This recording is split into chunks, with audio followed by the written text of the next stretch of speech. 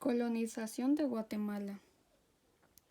La época colonial es un término que se refiere a la colonización del territorio guatemalteco y de sus habitantes indígenas por representantes de los reyes de España como parte de su proceso de colonización en América.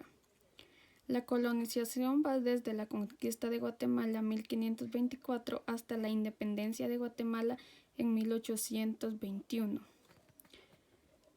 Autoridades durante la colonización de Guatemala.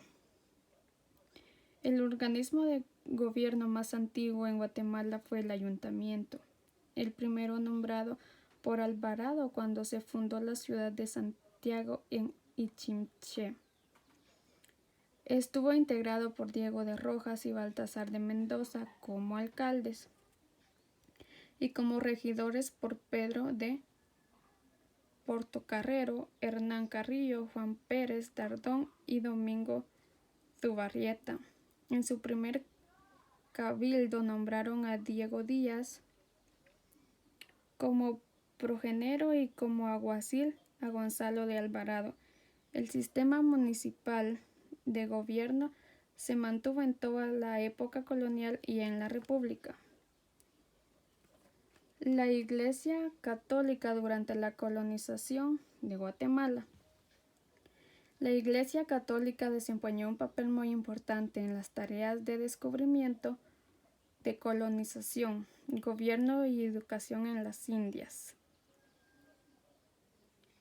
En el año 15 y 16, el Papa tenía gran relevancia política, además de la específicamente religiosa. Solía arbitrar conflictos entre los estados católicos. En 1493, el Papa Alejandro VI reconoció a los reyes de Castilla como señores de las Indias, es decir, de las tierras descubiertas en América, con la condición de que convirtieran a los nativos al cristianismo. Por medio del Real Patronato se concedió a los reyes castellanos el privilegio de proponer a todos los dignatarios de la Iglesia Católica en las Indias, convirtiendo a dichos monarcas en virtuales jefes de la Iglesia colonial y a esta en una dependencia política de la corona. La sociedad durante la colonización de Guatemala. De las grandes divisiones sociales durante la época colonial dependían básicamente del origen racial de las personas.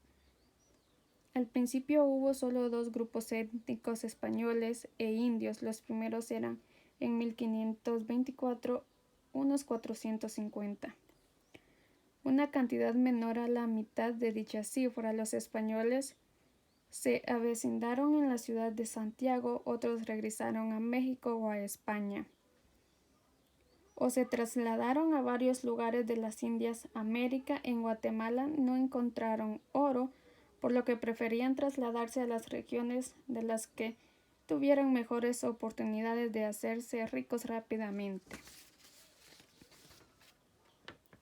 Durante la época inicial de la conquista y colonización, se dejó el gobierno de los territorios recién ganados en manos de los capitanes conquistadores, a quienes a veces se otorgó el título adelantados. A menudo estos gobernaban sin atender las recomendaciones reales. Pedro de Alvarado fue el adelantado de Guatemala y gobernó nominalmente como tal de 1527 a 1541. Dice nominalmente porque varias veces estuvo alejado del país, dejando como su teniente a alguno de sus hermanos. Viajó varias veces a México, llevó una expedición a Perú e hizo 2 viajes a España, entre muchos otros viajes. 2 veces fue sometido a juicio de residencia, acusado por tratar mal a los indios y de otros actos de mal gobierno, pero siempre halló la forma de salir avante. En 1528, de Alvarado se casó con doña Francisca de la Cueva, quien murió al desembarcar en Veracruz en 1539. Volvió a España casado en segundas nupcias con doña Beatriz de la Cueva, hermana de su primera esposa.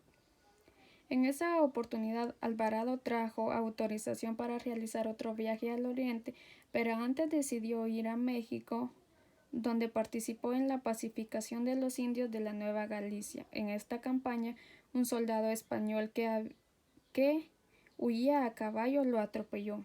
Fue trasladado malherido a Guadalajara, donde murió el 4 de julio de 1541. La primera ciudad de Santiago, fundada por Alvarado, no permaneció mucho tiempo en Ichinche. El 22 de noviembre de 1527 fue trasladada al valle de Almolonga por Jorge de Alvarado. Se repartieron